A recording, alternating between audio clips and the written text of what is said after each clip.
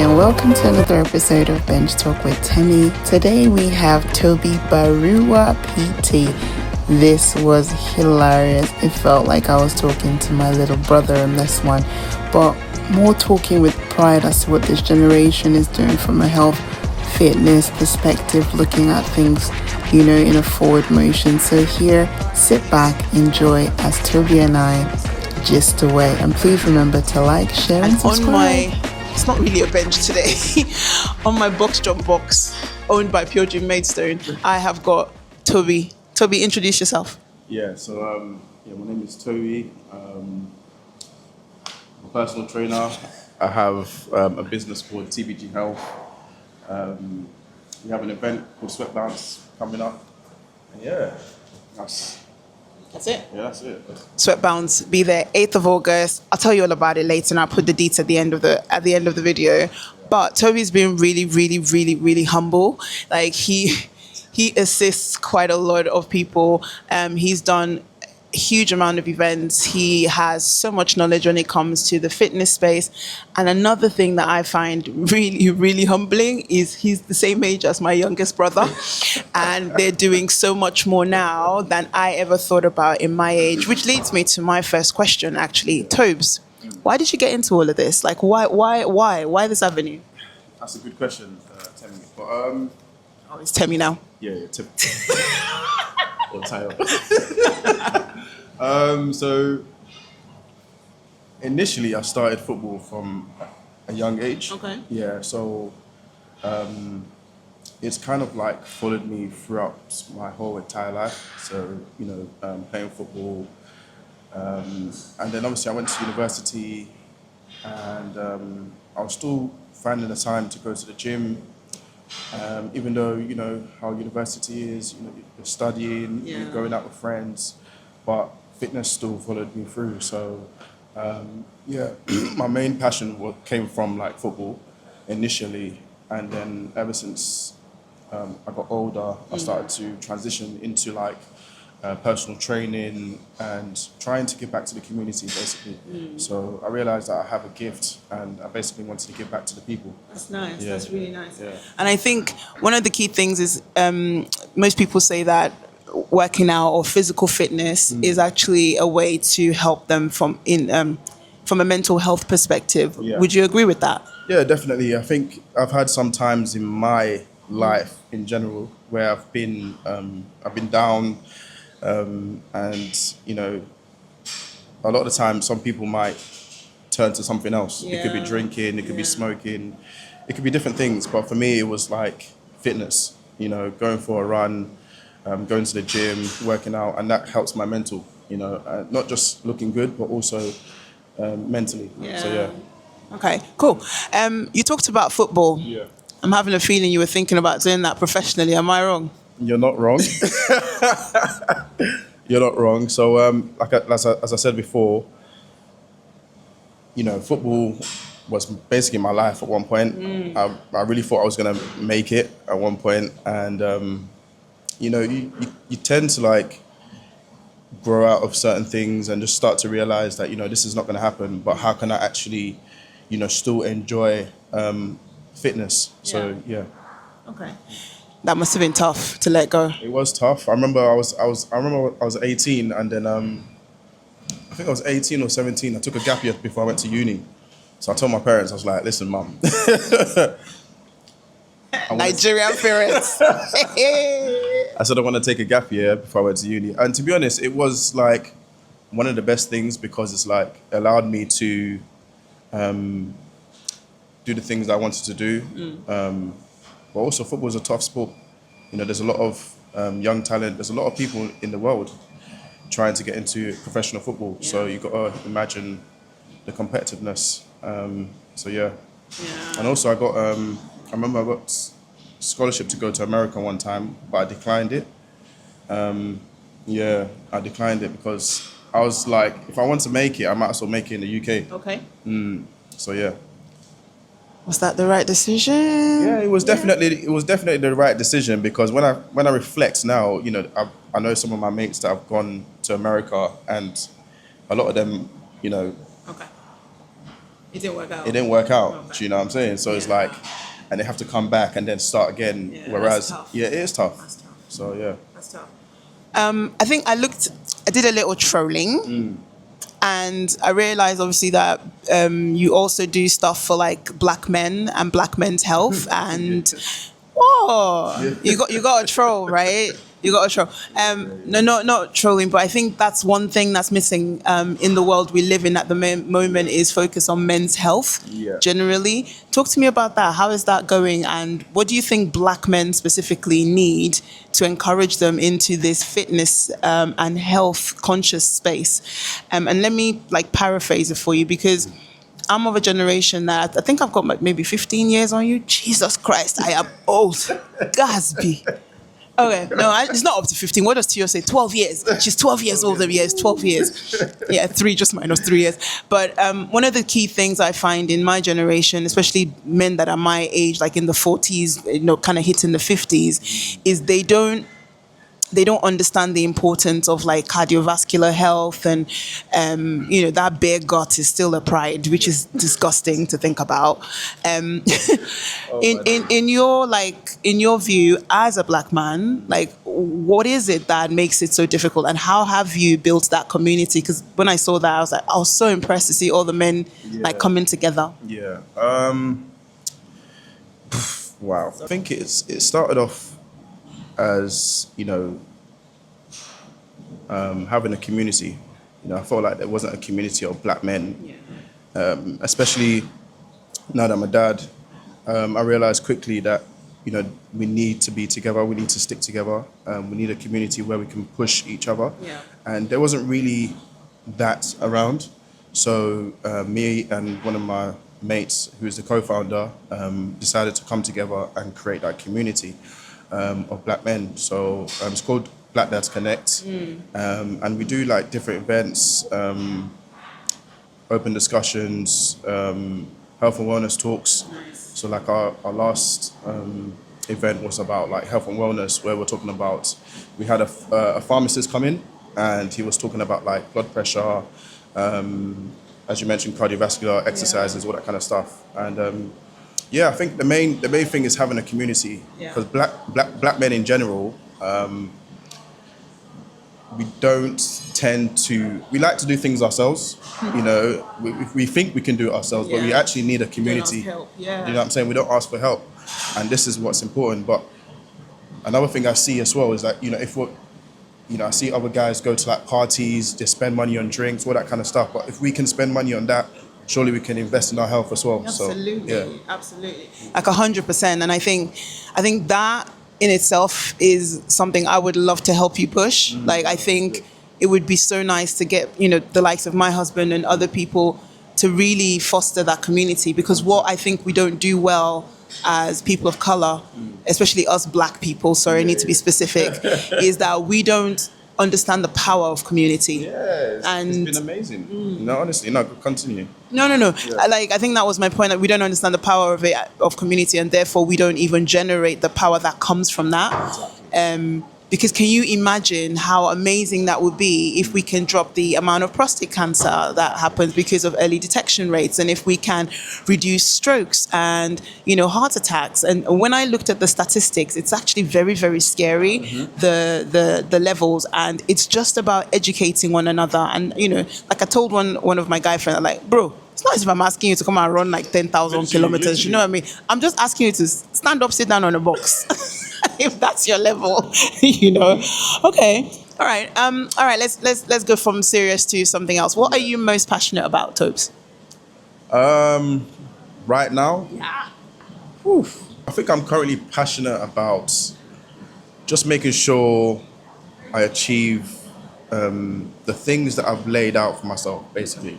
So, I've kind of like built the foundations, and it's like, making sure that I'm, driving towards that. Okay. I think that's what I'm passionate about. So, for instance, we have the Black Dads Connect, we have the business going, and also my kids. I think that those they're a big factor. Oh, they're kids now. Yeah, they got 2. Oh, you got 2. Me now I know that. Me still think you got one little girl. Yeah. Oh, congratulations. No, thank you. So you stopping at 2? I plan to. Sorry, his wife. Just in case you were wanting to more. Listen, I plan to, innit? Because yeah, it is tough trying to raise two kids, and especially for the females as well. You know, credit to them. It's not easy. No. But yeah, that's the main thing what I'm passionate about right now. Just making sure that I continue to stay focused Amazing. and help my kids as well. If you had any advice for my listeners, so just to set aside the demographics, so have most people that listen to me are between the ages of 35 and 44, and most of them are women. So if you wanted to give them one advice right now, what would the advice be? If you have anything that you want to do, don't overthink it. Just do it. Okay. You know, I'm sure you've seen that slogan, that Nike slogan of like, just do it. And it's that simple. You know, if you want to do something, just do it. I think that's the best thing. A lot of people, they overthink things, and I've been like that before, you know, but when you're proactive, when you have a plan in place, you know, whether you have like a diary, you know, put some structure down, plan out your week, you know, and be proactive. Okay. That's the best thing I would say. Amazing. All right, one last thing. I heard a quote recently which has stuck with me. I mean, I don't know if I like it or not, but hear it out. The quote is, apparently the compass was created before the clock, which means that it's more important to know the direction you're going rather than the time to get there. So if the compass was created before the clock and it's more important to know your direction than your time, do you agree with that? So it's more important to know your direction. Yeah, than the time it takes you to get there.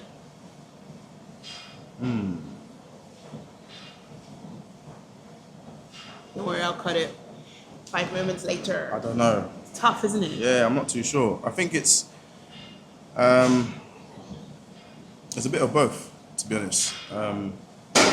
You know, to know my direction.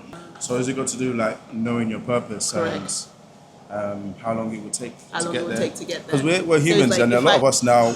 Some people do know their purpose, and it's like we don't really know how long it's going to take. You just have to have that drive to keep going. So it's a difficult question. And last but not the least, I've said that 3 times, so I'm hoping this is actually really the last of the things keep popping into my head. So, do you remember the first time you came into the gym, and what did that feel like? Oh my God. You're taking me back. I think the first time I experienced the gym, should I say experienced the gym? I think it was in at secondary school. Man, I'm jealous. Yeah. I experienced it at secondary school. I remember doing PE, and then we had a small gym inside our PE department, and the teachers used to allow us to lift weights. I was about, let's say, 14, 15, and then That was it. that was it. Nice. There was no looking back. Oh, that's nice. Mine, if you want to know. Yeah. To be honest, I don't think I've ever been in a gym until I came to this country. But the first time I experienced sports was when I did our school sports day in Nigeria. Oh, wow. And I ran 200 meters, and I did the high jump, and I did the javelin. Wow. And I just... How long ago was this? 1991. 1991. 1991. Wow. That was the first time, and that was the first time I realized I got something. And I remember my dad, may he so rest in peace, he just said, This Tayo. girl, yeah. Tayo, I was like, You have something? and then he told my mom, and she's like, no, doctor, lawyer, engineer, that's what she's going to be. Typical, isn't it? Typical. Till I was 35, my mom was still pushing medicine, you know. I was married, Wow. I had the first kid. Wow. It's like, no, you finished having children. Are you going to go to medical school? I was like, for what? Wow. But anyway. Well, I wanted to ask you a question as well before we wrap it up. I love this. Okay. I've seen your journey as well, and I feel like it's been, because I moved to Maidstone. When did I move to Maidstone? I think 2022. 2020. Oh God, okay. Yeah, so I moved around there 2022, and it's like I've seen like your growth since then, and it's amazing to see what you're doing as well. But I did want to ask you, like, what motivates you to keep going, Ooh, okay. you know? And why? So the why is the easy one. I think when I had my second child, I I wouldn't say I went through a depression, but I was made redundant from my work. Yeah. And I've always been like a go-getter. I Nice. call myself like an introverted extrovert. If I need Yeah. to switch it on, I would do, but I Yeah. need my energy back. Like I would just, like a snail, crawl Yeah. back in. But when I had my son, that was like a low point, and I was running a business to then keep things going, which I was always running when I was actually working. Okay. As well. Wow. So that was like dual income. So even though I lost the job, it wasn't too bad. We just had to scale back a little bit because the business was covering us. Yeah. And then I walked past the mirror and I looked at myself and I just went, whoa. And it wasn't, look, it's not always about aesthetics. Yeah. But it was, I looked at myself and Tobi, I could not recognize who that was. Wow. I looked like I was older than my mother. Wow. Like a mama, you know, like mama, you know, like Big mommy. big mommy. You know, like, mommy, nife, you know. And I just thought, no, this is not it. This is not what I want to portray to my husband, to my kids. I want to portray health, and I think that's where it initially started. And I'm not gonna lie, I didn't like go to health. I didn't go to the gym or physical fitness first. Yeah. I was like, how can I drop this weight and drop it like super quick? Nice. And I went through these like fad diet thingies, but the thing with me is I'm focused. Nice. So even though it's a fad diet, I followed it to the T, and I dropped weight. Like, and when I dropped the weight, I couldn't believe I followed the diet, which was Can you explain to people like what a fad diet is? So fad diet is like all these quick weight loss diets that like drop your calories down to really unhealthy amounts and forces you to drink water and all of that stuff. And even though it does do the work, it's not easy to maintain because you've dropped it so quickly. Therefore, you will put it back as quickly because you've not really created the discipline and the good relationship with food. And so I did drop the weight, and when I dropped it, I was so proud of myself. But at that point, that's the first time I was light. The thing I did well that I didn't like spring back up and spring back down was I dropped the weight, and then I was like, oh, I'm light. Oh, I did a push-up. I was like, I could do a push-up now. And then I went to the gym to then try and maintain the weight. But then when you go to the gym calls for food because it's like you can't expend all this without food coming back. And that's when I realized I didn't have a good relationship with food. So we then had to fix the relationship with food, and that's one that takes years. That took. It's a whole transition. It's a whole thing. You still eat like you know the African solids like. You still eat that? Or Once in a while. Like okay. it's a treat, but it's not an everyday thing. There are people that I follow that, you know, there's the fitness industry in Nigeria is coming up now big time, and there's some people that I follow that really like try and push it, but I'm just like, guys, as much as you're pushing that food, you need to tell them trans fats are in there, all of that, because the caloric content is great, but actually what is in those calories, that's the most important thing. So I don't mind a bar or bono. Like I will try it. I will eat it once in a while. No, not at all. But I had to re-educate myself on the right amount. You know what food is like, what your plate needs to look like, and then just to maintain. And then I found a personal trainer. Because then I needed that. I needed the structure. And I realized that's who I am. I need the structure. So to answer your question, what motivates me is I need to have something I'm looking at all the time.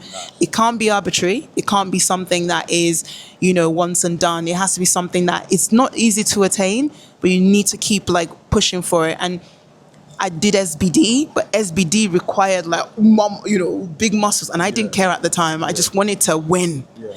And then I herniated my back, and I was like, we need to remember we are old. So in came High Rocks, and High Rocks is just the right balance between strength and conditioning. And then all of a sudden I realized I can't be this big. And I had this next opportunity to actually do the weight loss properly. And that's what everyone's seeing now. So, that was like mid last year. So like everyone's seeing the weight loss now, but it started mid last year, early last year. And it's been, and that's what it's been. So motivation for me is not a thing, because it's about what you've built in yourself over time to get you here. And what's that unattainable goal? And High Rocks is like, I keep saying, I want to get on the podium. I'm never going to, and I know that. Like, I'm not delusional, people. Do you know what it is? You know what's good though? It's having, just like what you said, is having something to look forward to. Yeah. To keep, pushing yourself. And I think that's exactly how I am. If I don't have something to look forward to, I'm static. Yeah.